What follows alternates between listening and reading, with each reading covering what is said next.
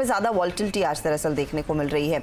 हमारे जानकारों ने अपने ट्रेड्स साझा कर दिए हमारे साथ, उनको रिकैप करेंगे। लेकिन 2022 क्योंकि अपने बस अंतिम दिनों में आ चुका है और हम आपके सामने पेश कर रहे हैं कि 2022 का साल कैसा रहा, फ्लैशबैक।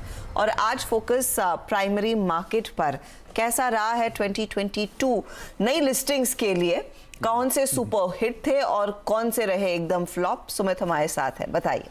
देखिए 2022 में आईपीओ की मार्केट 2021 के सामने थोड़ी फीकी जरूर थी। करीब 60,000 करोड़ रुपए के आईपीओ इस 2022 के दौरान आते हुए दिखाई पड़े, जबकि 2021 में ये आंकड़ा 1,10,000 करोड़ 1,20,000 करोड़ की रेंज में था।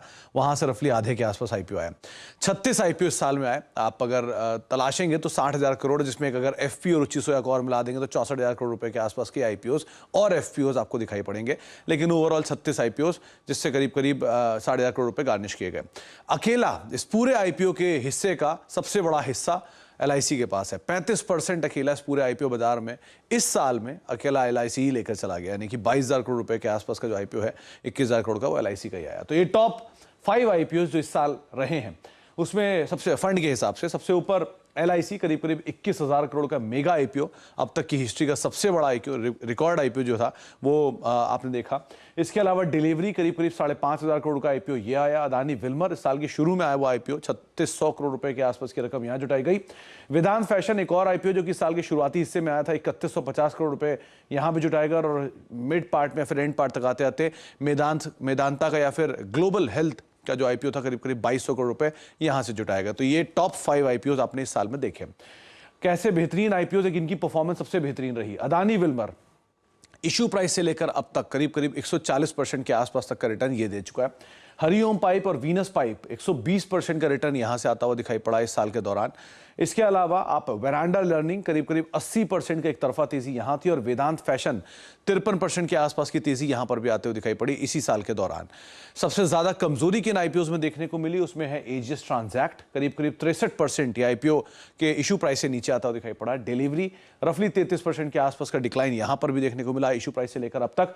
उमा एक्सपोर्ट्स और आइनॉक्स ग्रीन, कुछ और ऐसे नाम जो कि 32 से 33% टूटते हुए दिखाई पड़े इशू प्राइस से लेकर अब तक। और एलआईसी करीब 27% का डिक्लाइन ये मेगा आईपीओ में भी आता हुआ दिखाई पड़ा। लेकिन डिक्लाइन और ज्यादा था, लेकिन कुछ पुल बैक के बाद अभी भी 27% नीचे कामकाज करता हुआ दिखाई पड़ रहा है। तो आईपीओ मार्केट थोड़ा सा कमजोर जरूर इस साल देखने को मिला पिछले साल के कंपैरिजन में, लेकिन उम्मीद है कि अगले साल 1,40,000 करोड़ रुपए के बड़े आईपीओ लाइंड अप है। तो देखना होगा कैसी रहती है 2023 की पाइपलाइन। और ऑफ कोर्स उसका वर्डिक्ट तो आगे आएगा कि किस तरह की कमाई ये निवेशकों को करा के देते हैं। बहुत बहुत शुक्रिया सुमित इस अपडेट के लिए। चलिए एक रिकैप आपकी स्क्रीन पर फटाफट से आ जाएगा। खिलाड़ी नंबर 1 का हमारे जानकारों ने तेजी का ही साथ दिया है और वो ट्रेड्स आपके सामने आ रहे हैं। प्रशांत सावंत ने अंबुजा सीमेंट को कैरी किया। नया ट्रेड जो जुड़ा है वो है फिनोलेक्स। 215 का यहाँ पर टारगेट है, 172 का स्टॉप लॉस।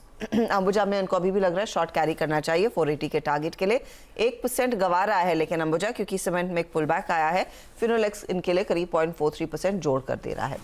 अगला ट्रेड अमित सेठ का, रिलायंस को कैरी किया 2650 के टारगेट के लिए, 2470 स्टॉप लॉस है। एनएफएल जोड़ा है 80 का टारगेट, 64 स्टॉप लॉस।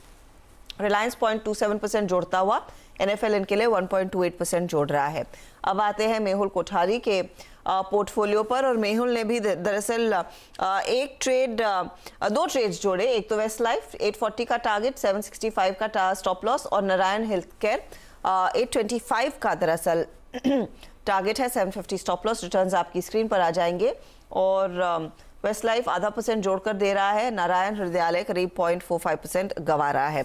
अब देखते हैं ओवरऑल रिटर्न्स की स्थिति कैसी बैठ रही है। यहाँ पर मेरे ख्याल में वो कैलकुलेशन हम आपके सामने इस समय साझा नहीं कर पाएंगे, तो एक अपडेट आपके लिए आगे के किसी भी ब्रेक में जाने से पहले हाजिर कर देंगे। वैसे तो ये 3, अच्छा ये अब आ गई है स्थिति। तो प्रशांत आगे बढ़े हैं 10% के रिटर्न्स इनके। मेहुल कोठारी 8% के रिटर्न्स पर और 5.5% तक की कमाई अमित सेठ की। तो यह है फिलहाल आपके लिए ताज़ा तस्वीर खिलाड़ी नंबर 1 की।